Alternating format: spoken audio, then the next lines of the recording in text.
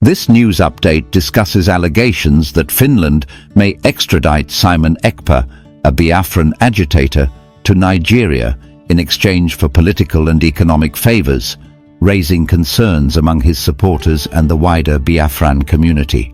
The Organization of Emerging African States accuses Finland and Norway of compromising human rights by detaining Biafran activist Simon Ekpa and Ambazonian activist Cho Ayaba based on information from Nigeria and Cameroon. The Organization of Emerging African States alleges that Nigeria and Cameroon are manipulating Finland and Norway to gain access to sensitive data from the detained activists, which could be used to suppress dissent in their countries. Many Biafrans and international observers are surprised at Finland's alleged willingness to compromise its human rights principles for political and economic gains. This highlights concerns about the harsh detention conditions of Simon Ekpa and Cho Ayaba, which are deemed inconsistent with EU and UN human rights conventions. Despite leadership splits and challenges, the Biafran independence movement remains strong, with supporters deeply committed to achieving their goal of sovereignty. Finland has historical ties to the Biafran cause, having supported Biafran children during the Civil War, which makes these extradition allegations particularly shocking to supporters. This, however, stresses the importance of understanding geopolitics, highlighting how nations prioritize interests over permanent friendships or adherence to human rights.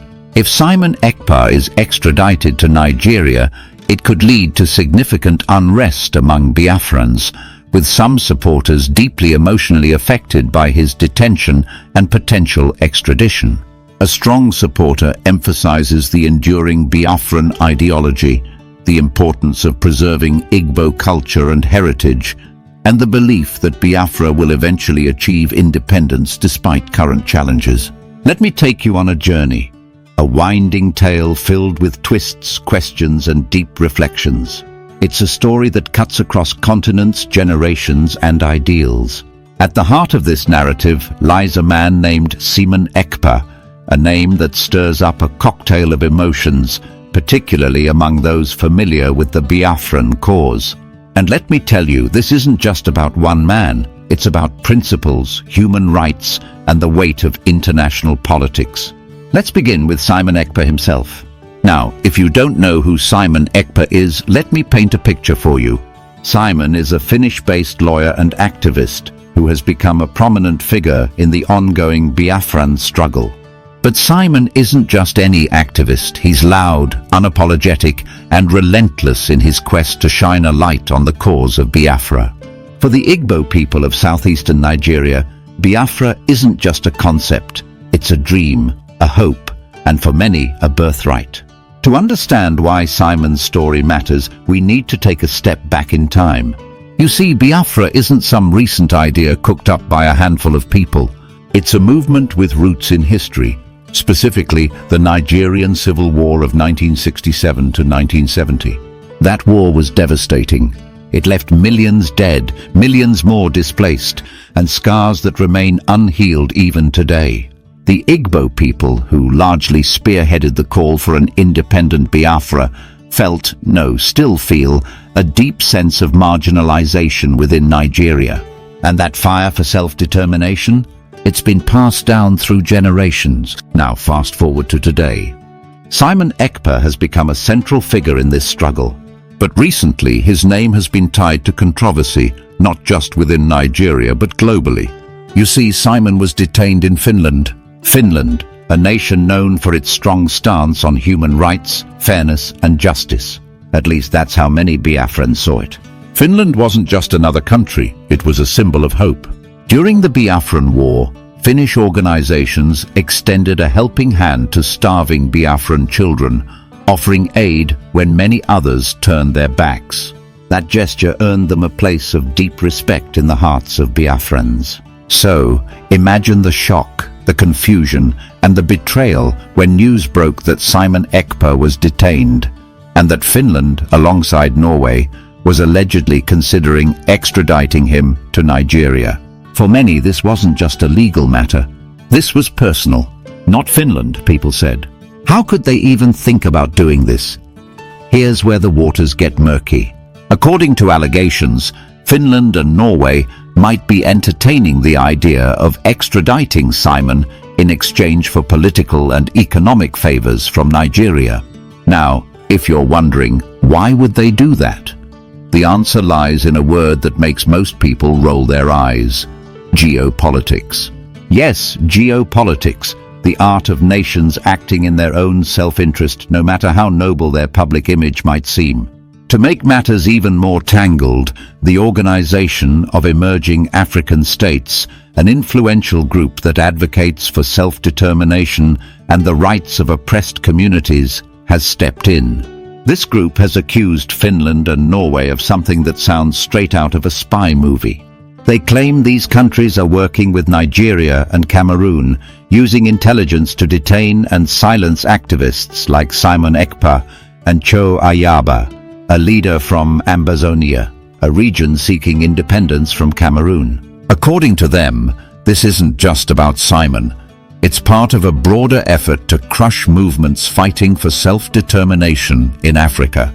Think about that for a moment.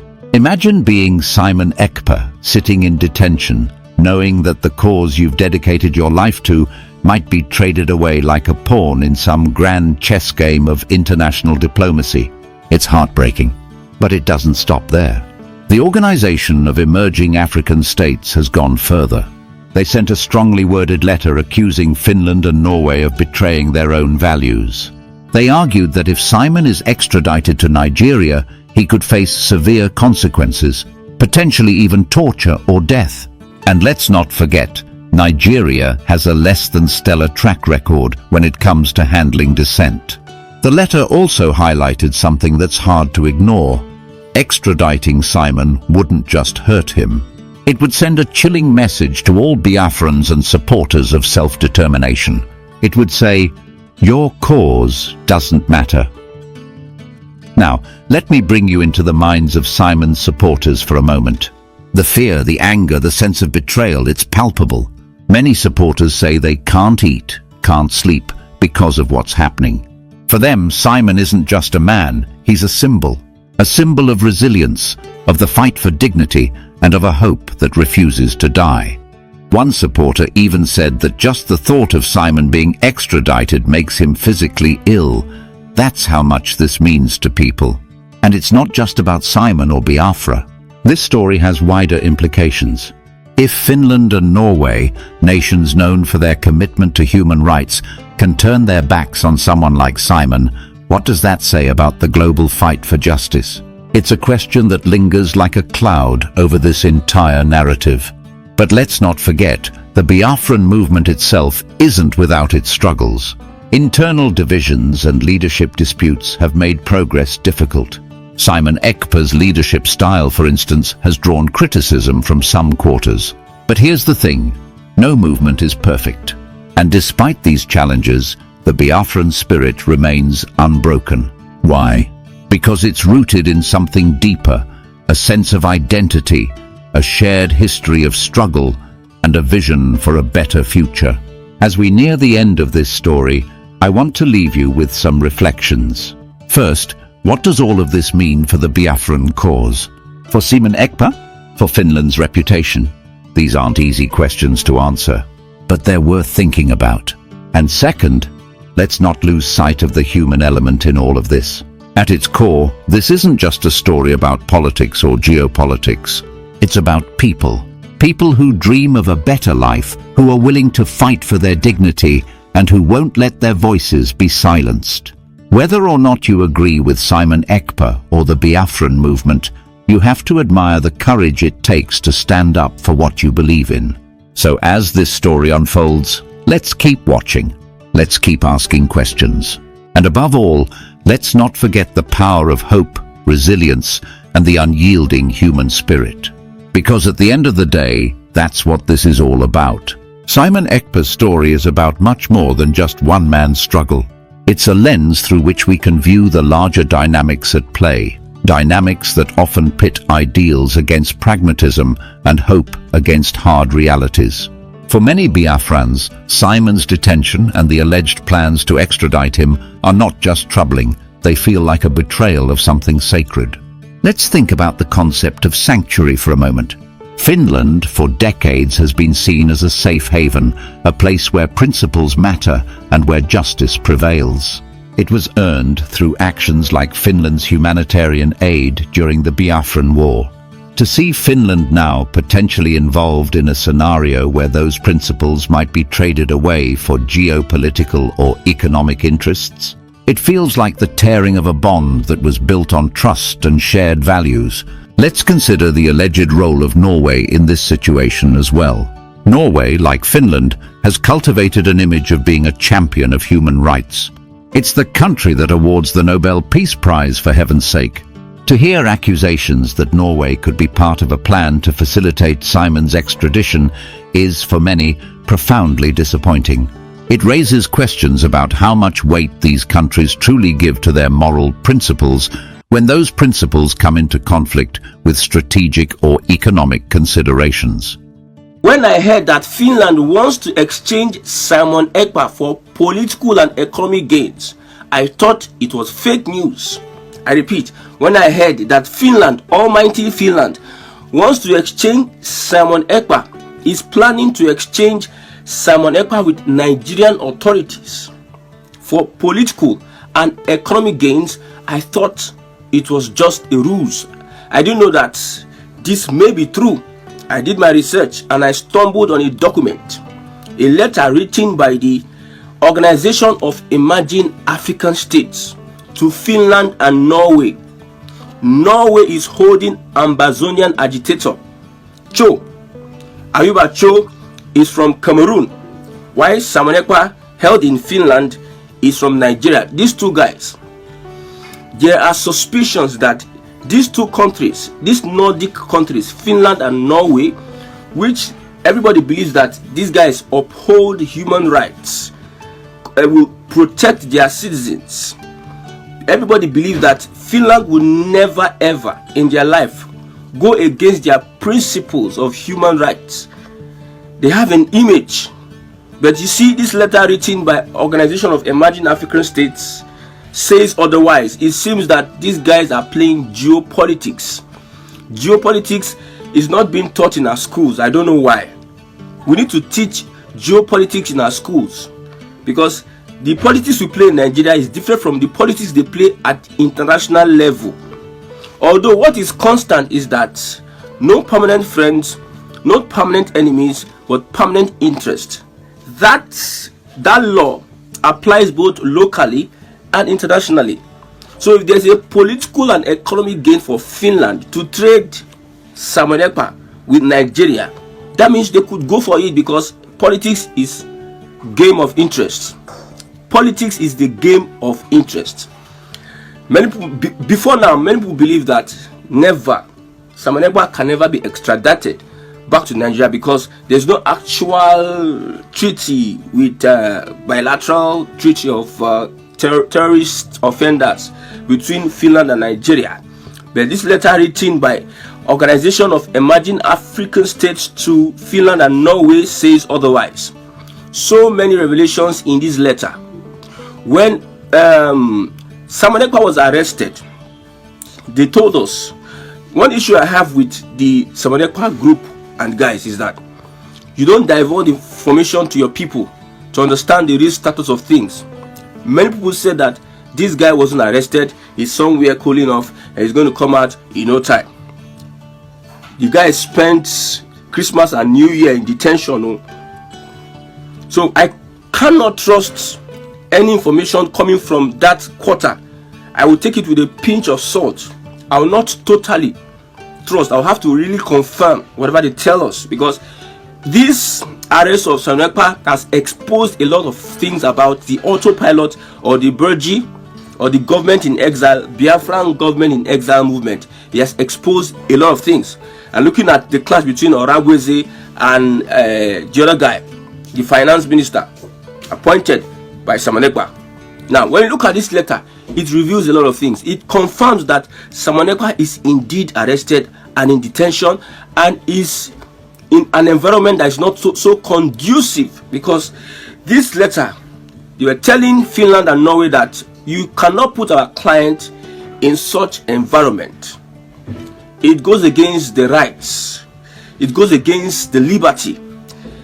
You have your citizens, EU citizens, cannot be put under these conditions when there's an allegation. And we got a report that I understood another thing, that one of the reasons why these guys are being arrested, they were as a result of the complaints of the host countries, evidences given by the host countries. Yes, let me read it. Just give me time. Read. Now, there is the appearance of an unlawful bargain by Norway and Finland to sell EU citizens. There is an appearance of an unlawful bargain by Norway and Finland to sell EU citizens. That is Simon Ekpa and Cho.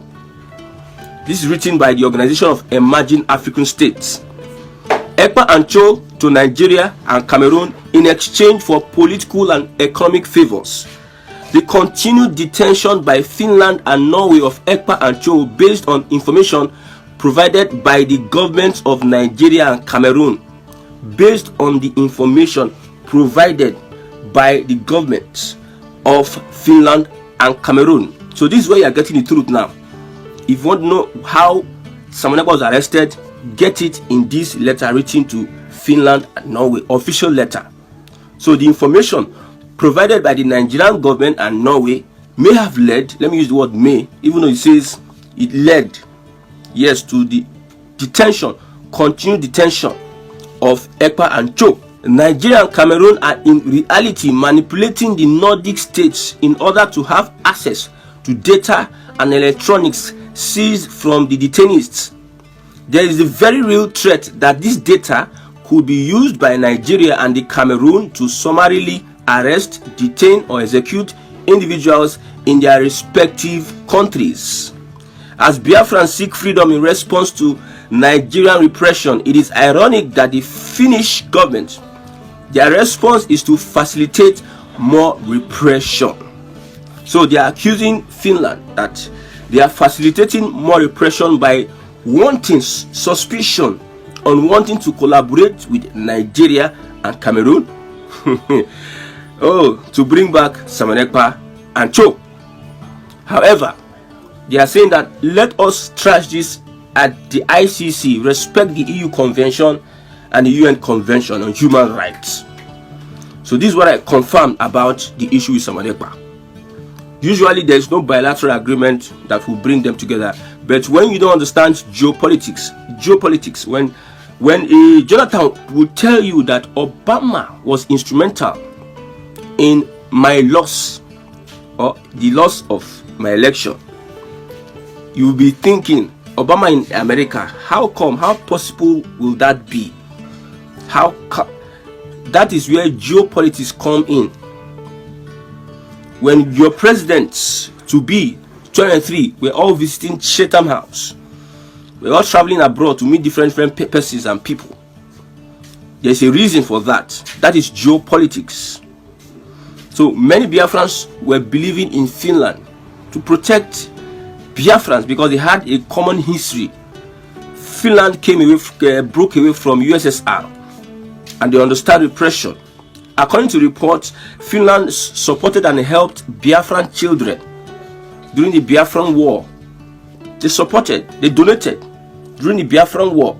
So they see Finland as a place whereby they could get solace, they could get protection from. Look at Nnamdi Kanu. He was in the UK all this while. They did not arrest him, they did not extradite him, but he entered Kenya, and in Kenya they seized him. Geopolitics. You see how clever the UK might be. They may have pushed him, I'm using the word may, pushed him, lured him or baited him into Kenya to get him arrested. Until today, the world is keeping quiet. The atrocities committed on this young man, Nnamdi Kanu, the world is just doing as if they don't understand. That is geopolitics. Interest, permanent interests. No permanent friends, no permanent enemy. Some countries can violate human rights because of interest. These guys are human beings. So when somebody from the West or from the European Union start preaching democracy to you, tell them that they should go and sit down. Now it looks like Simon Ekpa may be extradited to Nigeria, because the way the chief of staff is saying it, I was not expecting Finland to go this low because of economic and political favors to bring Simon Ekpa into Nigeria. However, I have some things I want to say, but I will not say it because these are my reservations about Simon Ekpa. These are my reservations about Simon Ekpa. But yet, if this is going to happen, man, it's going to be a big blow. Many people did not sleep the day they heard. I said, many people did not even close their eyes to sleep the day they heard that Simon Ekpa has been arrested. Somebody told me that he was not able to eat. The food that night, he heard the report. The food that night, he was not able to eat that food. He looked emaciated for 3 days upon hearing the arrest of Simon Ekpa. So if they not hear that Simon Ekpa is being brought into Nigeria, oh my God, I think this might be worse than Nnamdi Kanu. If they hear that Simon Ekpa is being brought into Nigeria, it might be worse than Nnamdi Kanu. No matter who a person is, he must have followers. We have Buhari. Buhari has followers. Tinubu has followers. Ekweremadu's wife was released from bail. He was coming back to Nigeria. I saw human beings and their Igbozo going out to sing praises of what? It shows you everybody has followers. Look at Yaya Bello and Ododo. They went to visit Wike. Look at that picture. They stood Wike. And these are people that the allegation upon their head, looting the state dry. And the unfortunate thing here is that if you meet an average Kogi person, what would he or she tell you? They will tell you that, is it only Yaya Bello that stole? I don't know what they tell them in Kogi State. Most of them were defending the actions of Yaya Bello. As bad as Yaya Bello might seem to be, he's got followers. He's got followers. That's the irony of the whole thing. Everybody got followers, but bringing Simon Ekpa into Nigeria under this tension, everybody's confused about the Biafra story thing. You see, one thing I can assure you is that Biafra has come to stay and will come to pass in my own generation. I'm not saying another generation. In my own generation, Biafra will come to pass. I always make a statement saying that to the farm, you don't follow one route. There are other routes that lead to the farm. There are other routes that lead to the farm. So, if you think that holding down Simon Ekpa or Nnamdi Kanu will stop the Biafra agitation, you will understand that agitation and ideology, the average Igbo man, the way he cherishes Biafra. See, no matter the level, whether it is Uzodinma Gaga, you see Uzodinma. What he's doing is because of he's a politician and he's got interest. If he's set now, he will choose Biafra over Nigeria. If he's set now, Okorocha and those people you see, Umahi, they are politicians now. When the thing shifts, when the focus shifts, no permanent friends now, it's interest. When the thing shifts, they will support Biafra over. So an average Igbo man, the reason why you see some people are carried away by anybody that comes out to say, I'm your Messiah. Many Biafrans, many Igbo people are carried away by anybody coming to present himself as a savior, even if that person is not doing it right, is a fraud or is taking advantage. They are so. That's one thing that I wonder.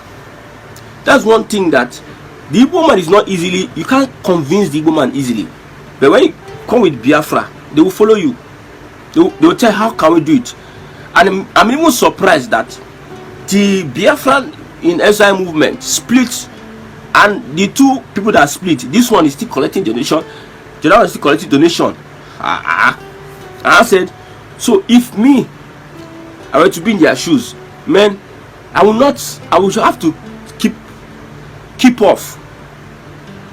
You have two different groups, not up to a week. Sorry, after the finish of the convention, people are having issues. The Biafran in government exile are having issues. You now split.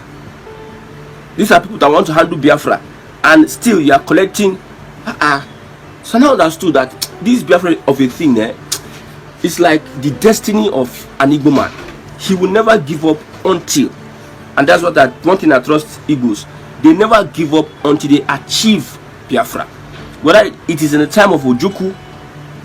One thing I'm very happy is that there was a country from 1967 to 1970. It's a legitimate country that was overrun by Nigeria. A country was declared, had its currency and everything. Yes, that is one reason I'm happy. So that you don't tell me, because tomorrow now, if I say I'm a Biafran, some people will not be squeezing their face. You say I will do the one, now did I squeeze my face? You say you Arewa. You have a group called Arewa Consultative Forum. You have Oduduwa People's Congress. So is it IPOB that should now be, okay. That you deal with these groups differently.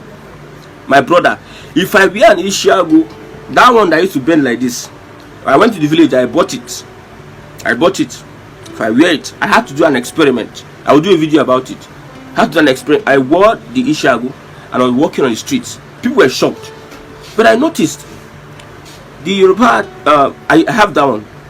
I have gone for parties, I have that one. I don't have the Hausa one. When the Malams, where they change money, when they wear theirs, nobody is skeptical about, why is this guy wearing this thing? Maybe, if the Yorubas wear their own, nobody is going to behave like that. They wear your own Ishiago. That one that go like this, that Abripa or Hafia people used to wear.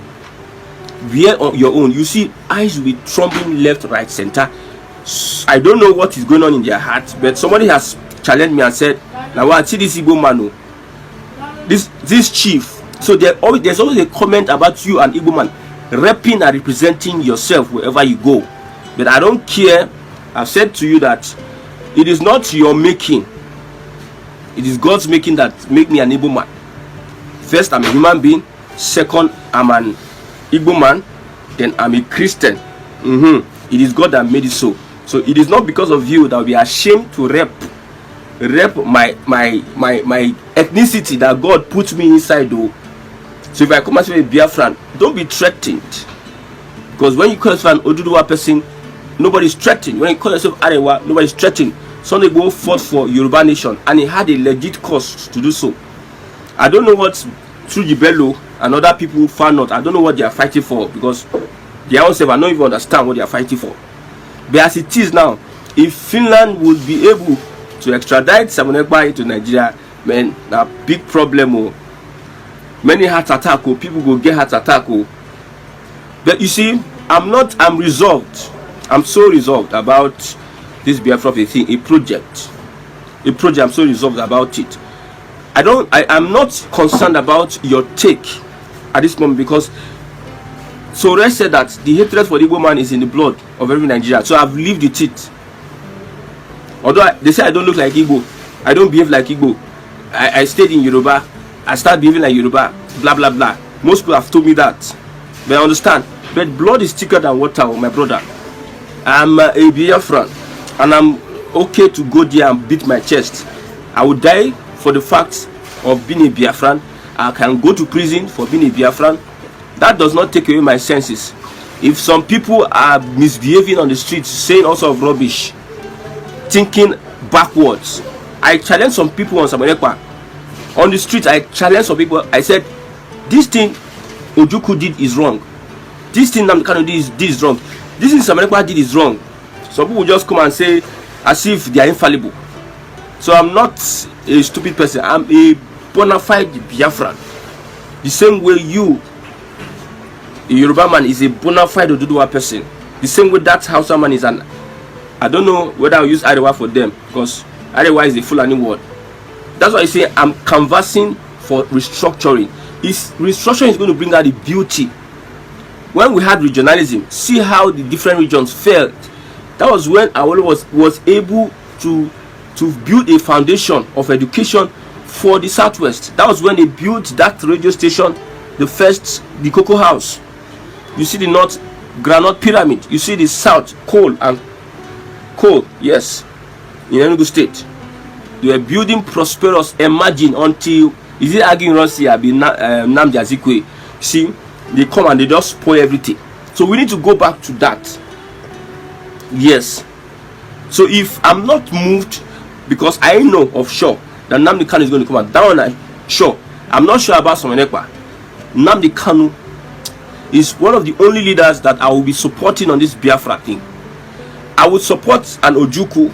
I know the reasons why I would support an Ojukwu halfway, because you cannot run Biafra as a leader. You declare Biafra and you came back to now vie for the position of president, as a president of this Nigeria that you fought. To what end? What are you trying to achieve? Look at the wife of Ojukwu, Minister of State for Foreign Affairs. After they appointed that woman, all these things started happening to Samuel Ekpa. If you look at it very well, calculate it. After they appointed that woman, the dynamics changed. All these people have diplomatic meetings on the ground and they know what to do. And maybe as clever as Tinubu is, he decided to give that woman that appointment. But if I were that one, I would refuse the appointment, because what is she looking for? What is she looking for? She has held such positions before. What is she looking for? Effiong, that Ojukwu left to hand over, he and his family, you will not hear them say they have one political position, they were involved in this or that or that. In Igbo land, our culture and heritage is not being preserved. That is the number one thing we need to do, so that our language will not go into extinction. They will not do it. They are looking for Ohanese is there. As Ojukwu, while he was alive, he will have fought to preserve the culture and heritage of the Igbo people. Okay, if you ask me Igbo history, people have different accounts. You can create a body that will harmonize the history of the Igbo people into one, with whatever versions they have. Each village have their history. You harmonize all these into one book, so that the young ones that are coming up will have to understand the background of where they are coming from. But these guys are not interested in that. You are interested to go into government. At the end of the day, you lost woefully. You lost woefully without gathering clout. See, the more reasons why I will still stand on this Biafra of a thing is because we would never move anywhere with this current structure. Never. Especially when you are subjugating the Igbo man. If you don't like the Igbo man, I don't understand why you don't like the Igbo man. But if we don't give the Igbo man a breathing space in Nigeria, Nigeria is going nowhere. It is not a cause, it's a fact, it's truth. When you shall know the truth, and the truth itself shall set you free. Until that happens, nothing goes in Nigeria anymore. But nobody wants to listen. But I pity, see, let me not say this one. Finland should respect the rights of their own citizen. Understand that if you bring Samuel Ekpa to Nigeria, it's going to be a worse experience. It's going to be a very, very worse experience. Especially Samuel Ekpa, it is going to be a worse experience. You know how Nigeria violates human rights.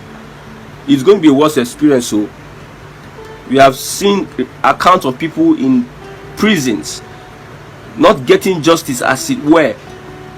The justice system is still coming up in Nigeria. They are not there yet. But for the kind of person, if you bring out call Nigeria, you go hot to. So I'm saying this one, it seems like people don't really understand what is going on here. If you bring this guy into Nigeria, some people can give up the ghost. Because the way the anticipation, the way Samuel Ekpa raised the hopes of Biafrans with what he's doing, he makes this pronunciation, he assures them, we are doing this, we are doing that, we are going there. Even though some of them, with this, we see they look for how he goes to achieve them. We are waiting for him to come out and tell us how he's going to achieve it though. But the way he carried people along, he won the hearts of many people at the lower level, because an average Igbo man that is learned and study, we want to rationalize things before he follow. Yeah, we have the follow crowd amongst the Igbo. So with what Simon Ekpa was doing, was able to win the hearts of the follow crowds amongst the Igbo. And they now hear, these same people now hear, these emotional people now hear that you brought Simon Ekpa from Finland. Well, we now, I don't know why they didn't teach us geopolitics in school, but I'm running a postgraduate degree, and I believe I'll ask my lecturer, please, can you tell us about geopolitics? You're a political lecturer, political science. Let's understand geopolitics, because if you don't understand world politics, you might not understand what is happening. The power play. Let me not go there, because I've got information. You know, one thing about a journalist is one that stores information. He might not be an expert in any field, but he has information that he can divulge. Journal. You have a journal, you list. Journalists. Journal news, events, information, and put in a journal and list it. That is the explanation of a journalist. So if I start talking about geopolitics today, I might not be deep, but I know what it means for Finland to sell Simon Ekpa. I know what it means. No be fish, no be shere, no be chere cambia. For Finland to sell Simon Ekpa, I know what it means. This will not be a baby thing. Nigerian government must have lost a lot. You know, they say political and economic favors. Maybe they will, I don't know what it is, but they will have sacrificed a lot. The way we heard they sacrificed to arrest, they spent billions, if not millions of dollars, to be able to get Nnamdi Kanu, the Nigerian government, how desperate they are. And I know it's the Fulani, their handwork, and 9 days for the back. They don't want to hear anything, agitation at all. That's why they are afraid of Tinubu. I've said it before, I repeat it. That's why Tinubu hold them for neck. Ordinarily, if not for the Igbo people that are saying that we are ready to go, just blow the trumpet, Tinubu will not be doing the shakara he's doing for the Northerners. Because Tinubu has in his arsenal to really divide this country. He knows what to do. The Northerners are afraid of it. So the Northerners will not dare him. The Northerners will have to respect their old age and themselves. So Tinubu understands that. I understand that. If Tinubu doesn't understand that, I understand that. I told people that Nnamdi Kanu will not be released until Tinubu starts his second tenure. He is now satisfied that he is now the president for the second term. He's going to spend 8 years. Then what Joe Biden did when he was leaving office, pardon, Tinubu will do it when he's leaving office. That's when we release Nnamdi Kanu. That is my prediction. That's my prediction. But he's on standby for any bagger from northern Nigeria. The other northerner was comparing Nnamdi Kanu with Bello Turji and Sonny Igboho in one sentence. He is waiting for any bagger from the north to just say Araba. Then when you say Araba, then they will now tell you your father's, that Fulani jihadists, they will tell you your father's plot of land, where it stopped. Futajalon Island and Senegambia, that's where you are coming from. And if you don't want to understand or don't want to go to your father's quarters, they'll help you push you and Hausa. Maybe since Hausa don't want to go, they'll push two of them together. I'm gonna go live one side. Middlebelt has also told you that we don't want to be part of Arewa. Then the south will have their peace. I know the southwest and southeast will not want to stay together because the fight where they for ground, the hatred waiting for the ground. Only God will solve them. The hatred. I don't know why there is so much hatred between the south. I know it's been planted by some people. Politicians are responsible for that. The hatred that maybe they have hit themselves. The southwest have hit the southeast, especially under this Tinubu's regime, with so much. And one thing an Igbo man hates is, I'm not saying the southwest betray somebody that is not consistent. That one is a no for an Igbo man. You see why Igbo men are lining behind Nnamdi Kanu, because that guy has been consistent what he's doing. They love trust. If they can trust you, they can. An Igbo man is somebody that can fight for you. You need to have an Igbo man, at least in your life, a loyal Igbo man that knows, that believes in you. you need to have a loyal Igbo man in your life before you leave this world. And the Igbo man can stand by you through thick and thin. They believe in you. So when there's inconsistency, that is a no-go area for them. So it seems like they see so much inconsistencies from the Southwest. That is why, and the Southwest see them as people that, Gweraga, wanting to, you understand, that kind of thing. But you know, reach like that. You know, reach like that. I just pray that Simon Ekpa is not extradited back to Nigeria. This is the end of our news update. Please click the icon on the top right corner of your screen to watch my next video. You will enjoy it. I will see you again in my next update. Enjoy the rest of your day. Goodbye for now.